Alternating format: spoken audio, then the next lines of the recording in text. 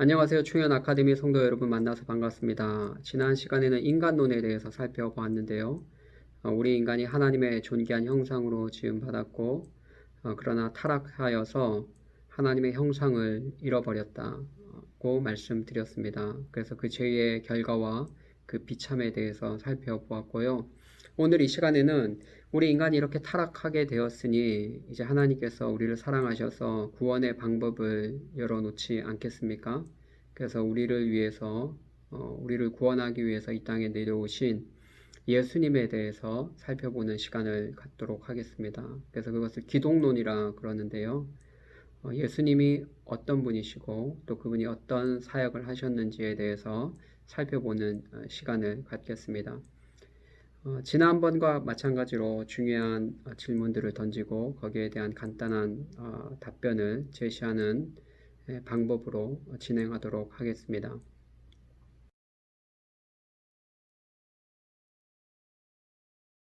네, 예수님이 누구신가? 라는 그 질문에 가장 쉽게 답변 드리자면 가장 중요하고도 가장 쉬운 답변은 하나님이시며 사람이시다.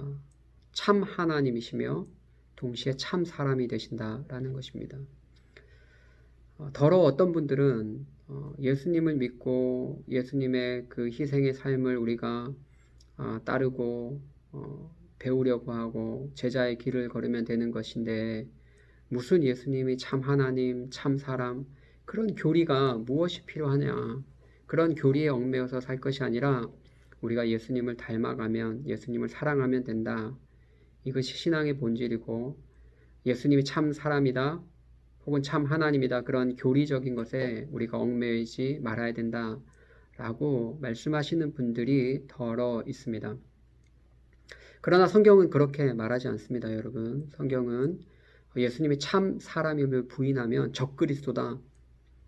그냥 신앙의 작은 결핍, 신앙의 어떤 작은 부족 그 정도가 아니라 구원에 이르지 못하고 구원을 못 받을 뿐만 아니라 적그리스도다라고 그렇게까지 이야기하고 있습니다.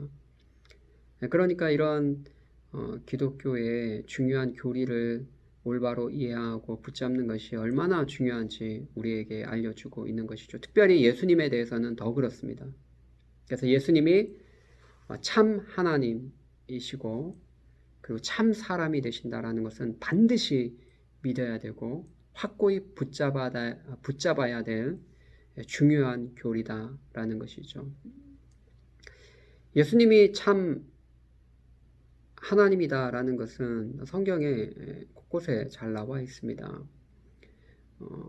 여호와의 증인은 그것을 부인하죠. 예수님이 참 하나님임을 부인하는데 성경은 명백히 말하고 있죠. 요한복음 1장 1절에도 태초에 말씀이 계시니라. 태초에 말씀이 계셨는데 그 말씀이 하나님, 성부 하나님과 함께 계셨으니 이 말씀이 곧 하나님이다. 그러니까 성부 하나님과 함께 계셨던 태초부터 계셨던 하나님이 있다라는 것이죠. 성부 하나님과 구별된 인격의 하나님, 그 하나님이 바로 육신을 입고 이 땅 가운데 오셨고 요한복음 1장 18절에 보면 하나님께로부터 영원히 나신 하나님, 독생하신 하나님. 이건 시간적인 순서는 아닙니다, 여러분. 우리 인간은 시간의 속에 살기 때문에 시간 속에 살기 때문에 아버지가 먼저고 아들이 다음이고 그렇죠. 그런데 우리 하나님은 영원히 계십니다. 시간을 초월해 계십니다. 그래서 아버지로부터 영원히 나신 하나님, 독생자, 그분이 바로 예수 그리스도라는 것이죠. 이건 시간적인 순서가 아니라 논리적인 순서에 불과합니다. 그래서 아버지 하나님으로부터 영원히 나신 하나님, 태초부터 하나님과 계신 말씀, 그분이 바로 예수 그리스도다. 그분이 하나님이에요. 그래서 로마서 9장 5절에도 육신으로만 하면 그리스도가 저에게서 났다. 유대인들에게서 났다는 거예요. 근데 그분은 세세 찬양 받으실 하나님이다 라고 로마서 9장 5절에 분명히 이야기하고 있습니다. 그리고 저번에도 말씀드렸다시피 도마에게도 예수님이 나타나셨을 때 도마가 깜짝 놀라서 나의 주 나의 하나님이여 이렇게 고백하잖아요. 그때 예수님이 뭐라고 말씀하십니까? 야, 큰일 날 소리 하지 마라. 나는 하나님이 아니야. 그렇게 말씀하지 않았어요. 그냥 도마의 고백을 그대로 받아들이셨습니다. 그러니까 예수님도 자신이 하나님이다라는 것을 알고 계셨다라는 거예요. 그래서 예수님이 하나님이다라는 것은 너무나 많은 성경에서 너무나 많은 곳에서 지지하고 있습니다. 동시에 그분은 우리와 똑같은 인성을 입으시고 사람이 되셨습니다. 왜요? 왜 사람이 되셨을까요? 하나님이 왜 우리와 똑같은 사람이 되셔야 했을까요? 그 이유는 단순합니다. 바로 우리 죄를 위해서 죽으시기 위해서, 그리고 우리 인류의 대표가 되기 위해서, 새 언약의 대표가 되기 위해서 반드시 사람이셔야 한다라는 것이죠. 여러분, 제1아담이 우리 인류의 대표잖아요. 사람이고, 그죠? 근데 실패해서 하나님의 언약을 깨뜨렸죠. 그리고 타락했죠. 그리고 그로 말미암아 모든 인류가 죄 아래 거하게 되었죠. 그래서 태어나는 모든 자연인은 아담의 범죄 아래, 그가 범죄한 그 죄의 결과, 그 저주, 그 형벌들을 그대로 물려받게 되는 것이죠. 그래서 우리를 구원하기 위해서 제2아담으로 예수님이 오셨어요. 여러분, 제2아담으로 오셨다는 것은 사람으로 오셨다는 거예요. 우리 인류를 새롭게 구원하기 위한 새 인류의 대표가 되기 위해서는 반드시 사람이 되어야 됩니다. 사람의 대표니까 반드시 사람이 되어야 돼요. 육신을 입고 오셔야 됩니다. 만약에 예수님이 우리와 똑같은 사람이 아니라면, 참 사람이 아니라면 우리의 대표가 될 수 없어요. 제2아담이 될 수 없습니다. 그래서 반드시 사람이 되어야 되고, 또 우리 죄를 위해서 죽으셔야 되기 때문에 육신을 입고 사람이 되셔야 했다라는 것이죠. 그래서 그분은 참 하나님이시고 동시에 참 사람이십니다. 그래서 예수님도 우리와 동일하게 드시지 않으면 배고팠고, 또 피곤도 하셨고, 우리 인생이 경험하는 모든 아픔과 육신의 질병들, 이런 것들도 예수님도 동일하게 경험할 수밖에 없는 그런 동일한 처지에 있었다라는 것이죠. 하여튼 신학적으로 볼 때 참 사람이 아니면 우리의 구원자가 될 수 없고, 우리 인류의 대표가 될 수 없다라는 것이죠. 새 언약의 대표가 될 수 없다라는 거예요. 그래서 예수님이 참 하나님이시다라는 것을 붙잡는 것도 중요한데, 동시에 예수님이 참 사람이 되신다라는 것도 함께 붙잡아야 됩니다.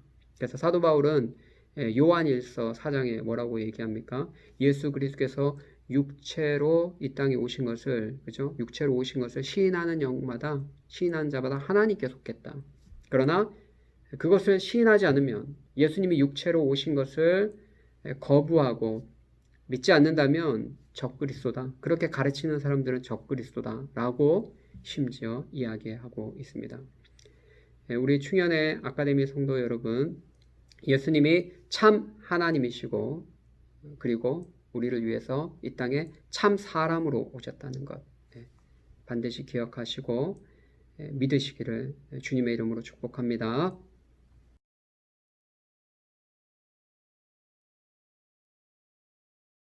네, 예수님이 왜 오셨을까요? 여러 가지로 말씀드릴 수 있겠지만, 마태복음 10장 45절을 보면 인자에 온 것은 섬김을 받으려 함이 아니라 도리어 섬기려 하고 자기 목숨을 많은 사람의 대속물로 주려 하심이라. 네, 자신의 생명을 우리를 구원하기 위한 대속물로 주기 위해서 오셨다라는 거예요. 한마디로 우리를 죄와 사망에서 구원하기 위해서 오신 것입니다. 이것이 가장 큰 목적이죠. 아버지의 뜻을 이루고 우리 세상을 구원하기 위해서, 하나님의 택한 백성들을 구원하기 위해서 이 땅에 오셨다라는 것이죠. 그래서 우리가 잘 아는 요한복음 3장 16절도 하나님이 세상을 이처럼 사랑하사 독생자를 보내셨으니 이는 저를 믿는 자마다 멸망치 않고 영생을 얻게 하려 함이라. 그래서 예수님을 보내셔서 우리 죄인들에게 영생을 주기 위해서, 구원하기 위해서 보내셨다라고 말씀하고 있죠. 예수님도 자기 목숨을 대속물로 주기 위해서 오셨다라는 거예요. 그래서 예수님의 십자가의 죽음의 성격은 대속적 죽음입니다. 우리 죄를 속하기 위해서 대신해서 죽으셨다는 거예요. 대속적 죽음. 이게 가장 중요합니다. 우리 때문에 죽으셨다는 거예요. 그래서 이사야서 53장에 뭐라고 말씀합니까? 그가 찔림은 우리의 허물을 인함이요 그가 상함은 우리의 죄악을 인함이라. 그가 징계를 받음으로 우리가 평화 누리고 그가 채찍에 맞음으로 우리가 나음을 얻었도다. 그분은 우리를 위해서 십자가에서 모진 고난을 받으시고 죽으신 것입니다. 우리를 위한 죽음이요 우리 죄를 속하기 위한 죽음이다라는 것이죠. 하나님의 택한 백성들을 구원하기 위해 죽으셨다라는 거예요. 그런데 이 대속적 죽음을 인정하지 않고 약화시키는 자유주의자들이 많이 있습니다. 현대에도 많이 있습니다. 그래서 예수님이 우리 죄를 위해서 죽으시고 우리 죄를 위해서 고난당하셨다라는 것을 약화시키고 예수님의 죽음을 모범적으로만 해석하려고 해요. 그래서 그런 분들은 예수님이 희생하신 것처럼 우리도 이 사회에서 희생하고 착하게 살아야 된다. 선을 행하며 살아야 된다. 그런 것만 강조하는 거죠. 물론 예수님의 죽으심은 대속적 죽음의 의미도 있고 또 모범적 의미도 있습니다. 우리가 그분의 희생적 삶을 닮아서 우리도 십자가를 지고 희생의 삶을 살아야 되죠. 이 두 가지가 함께 강조돼야 돼요. 그런데 자유주의 신학자들의 문제는 뭐냐면 이 대속적 죽음을 약화시키거나 말하지 않아요. 그리고 희생적 모범만을 이야기합니다. 그런 사람들의 특징이 무엇입니까? 예수님이 누구냐 했을 때 예수님이 하나님의 아들이다. 독생자다. 구원자다. 그런 거 안 믿어요. 그런 사람들은. 이 사람들은 그냥 예수님이 혁명자로서 와서 약자들을 위해서 당시 천대받고 억압받는 자들을 위해서 혁명을 일으키고 모범적인 삶을 살았다. 그 정도로 보는 거죠. 그러니까 혁명적 예수. 정치적 억압으로부터 해방을 주었다. 그렇게 정치적으로 사회적으로 예수를 보려고 하는 거예요. 그러니까 구속사적으로 예수님을 구원자로 인식하는 것이 아니라 단순히 이 사회의 불의와 악을 척결하기 위한 어떤 혁명자의 시선으로 보려고 하는 것이죠. 그래서 우리도 닮아서 이제 그분을 본받아서 사회 약자를 위해서 우리가 운동을 하고 적극적으로 나서고 필요하다면 우리의 생명을 바쳐서라도 이 사회의 부조리와 모순들을 뒤엎어야 된다. 이런 식으로 나가는 거예요.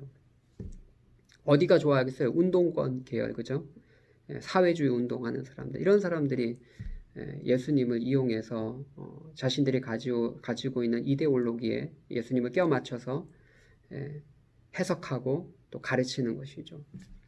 그래서 이런 종류의 해석들은요 상당히 위험합니다. 위험하고 예수님이 누구신지, 예수님이 왜 오셨는지 그 근본 목적을 상실하게 되는 것이죠. 그래서 예수님이 오신 것은 바로 우리를 구원하기 위해서, 우리를 위한 대속물로 오셨다라는 것을 기억하셔야 됩니다. 예수님의 죽으심은 우리를 위한 대속적 죽음이라는 것을 잊지 말아야 됩니다.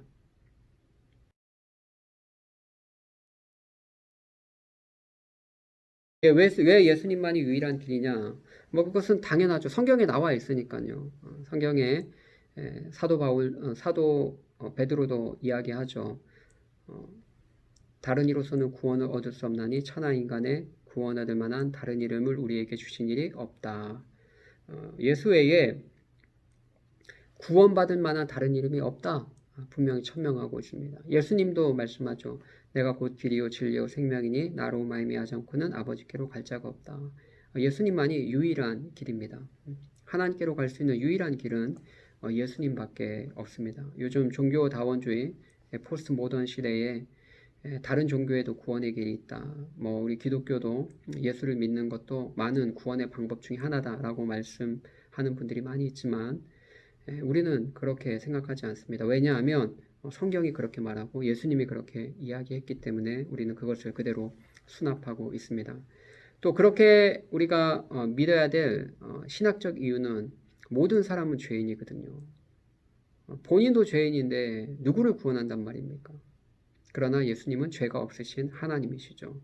하나님의 아들이시죠. 죄가 없으신 분으로서 동정녀 탄생하셨고 그리고 우리 죄를 위해서 죽으셨다라는 거예요. 그리고 그 증거가 무엇입니까? 부활이죠. 부활. 예. 다른 모든 사람은 어때요? 무덤이 있죠. 공자 선생도 석가모니 선생도 다 무덤이 있습니다. 그러나 우리 예수님의 무덤은 빈 무덤. 죄와 사망의 권세를 깨뜨리고 이기셨습니다. 사망이 그를 붙잡아 두지 못했어요. 사망의 권세를 이기셨어요. 여러분 모든 사람은 모든 종교의 창시자들은 무덤이 있어요. 무덤이 있다는 것은 뭐예요? 죄값은 사망이거든요. 죄의 권세를 이기지 못했고 자기 죄 때문에 죽었다는 것이고 죄 아래 거한다는 거예요. 그러나 예수님은 우리 죄를 위해 죽으셨지만 부활하셨습니다. 사망의 권세를 이기셨습니다. 태어날 때부터 동정녀 탄생하셨어요. 죄가 없으신 분으로 나셨습니다. 이단의 교주들이나 모든 창시자들은 어때요? 남자와 여자의 육체적인 관계를 통해서 낳잖아요.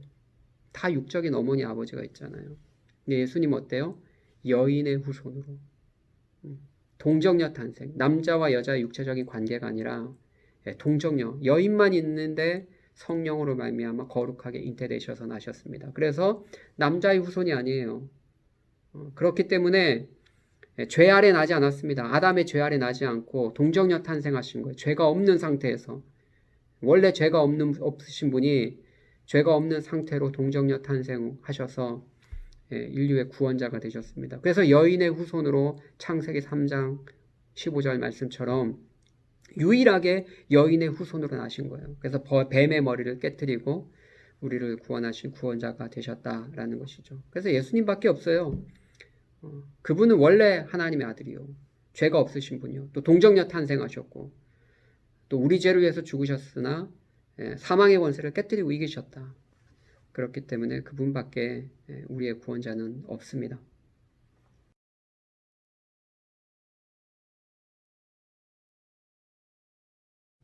네, 부활의 의미에 대해서 간단하게 세 가지만 말씀드리면요. 저 첫 번째는 예수님이 참 하나님의 아들임이 증명된 거죠. 입증된 거죠.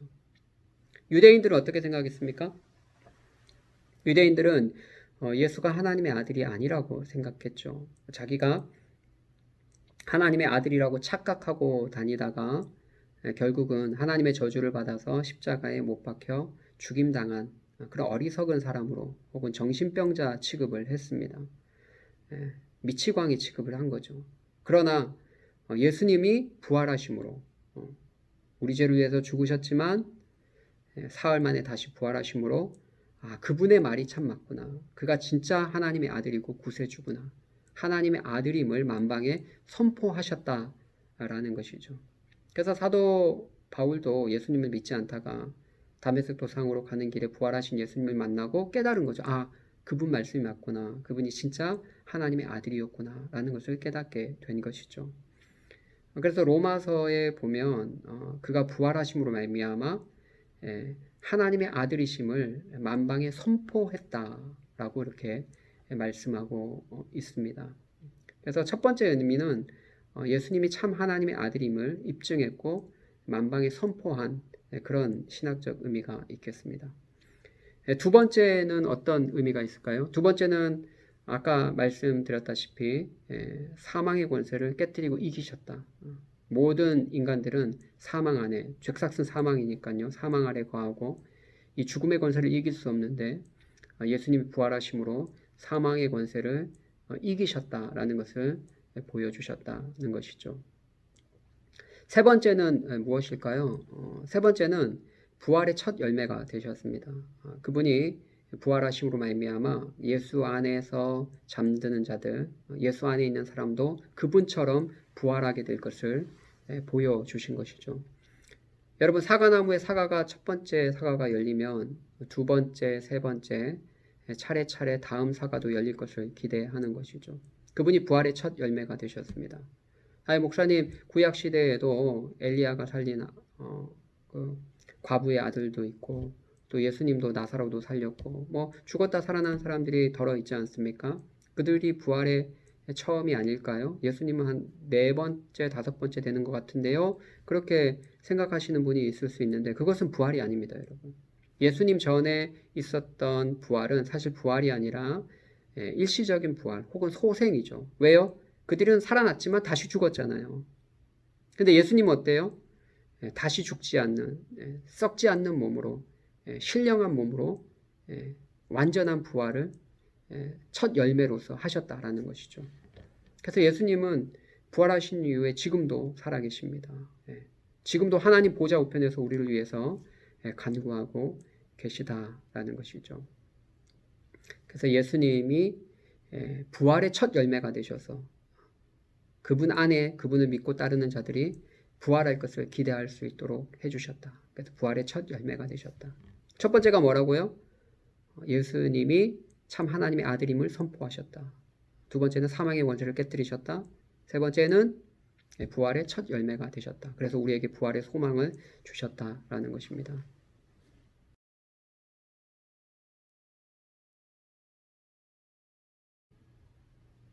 네, 마지막으로 예수님의 사역에 대해서 살펴보도록 하겠습니다. 예수님이 어떤 일을 하셨을까요?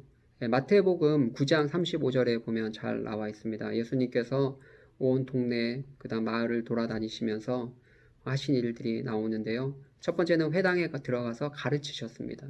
가르치셨고요. 두 번째는 천국 복음을 전하셨죠. 그리고 세 번째가 뭡니까? 모든 약한 자들, 병든 자들을 고치셨어요. 그리고 네 번째 뭐 추가해서 말씀드리자면 연약한 자들을 그죠 목자 없이 방황하는 사람들을 긍휼히 여기시고 불쌍히 여기시고 긍휼 사역을 하셨습니다. 그래서 3대 사역이라고 하면 가르치시고 그리고 복음을 전하시고 그리고 고치시는 사역 그리고 4대 사역 하나 더 붙이자면 긍휼히 여기고 불쌍히 여기는 사역을 하셨다라는 것이죠. 예수님이 하신 사역이 왜 중요하냐면 예수님이 하신 그 사역이 바로 오늘날 우리 교회가 감당해야 될 사역이기 때문에 그래요. 왜요? 예수님은 머리고 우리는 주의 몸이기 때문에 그래요. 그래서 머리 대신 예수님이 하셨던 그 일을 우리 주님의 몸된 교회가 주님의 손과 발이 되어서 해야 되는 것이죠. 그래서 우리는 말씀을 가르치고 선포합니다. 그죠? 그리고 복음을 전합니다. 영혼을 구원하기 위해서 복음을 전하고 그리고 고치는 사역들을 합니다. 성령의 능력에 덧입어서 고치기도 하고 또 병원 같은 것들을 세워서 그 고치는 사역을 하고 또 사람들을 긍휼히 여기고 불쌍히 여기고 구제하고 심적으로 상담이 필요한 자들을 상담해주고 긍휼히 여기고 불쌍히 여기고 세우는 사역을 하고 있는 것이죠. 이러한 사역은 예수님이 오실 때까지 우리 교회들이 예수님의 손과 발이 되어서 감당해야 될 사역인 것입니다. 네, 여기까지 기독론에 대해서 간단하게 살펴보았습니다. 예수님이 누구신가, 예수님의 인격에 대해서, 그리고 예수님이 어떤 일을 하셨는가, 사역에 대해서 이게 답니다. 예수님의 인격은 무엇입니까? 예수님이 참 하나님이시며 참 사람이 되신다 라는 것이고요. 그리고 그분이 어떤 일을 하셨습니까? 우리 죄를 위해서 죽으셨고 우리 죄를 위한 대속적 죽음이다라는 것을 기억하시고 그리고 우리를 위해서 부활하셨다라는 것이죠. 그분이 하신 일들은 무엇입니까? 가르치고 그리고 전파하고 그리고 고치는 사역, 그걸 긍휼히 여기는 사역. 이 사역을 우리가 잘 감당해야 된다라는 것입니다.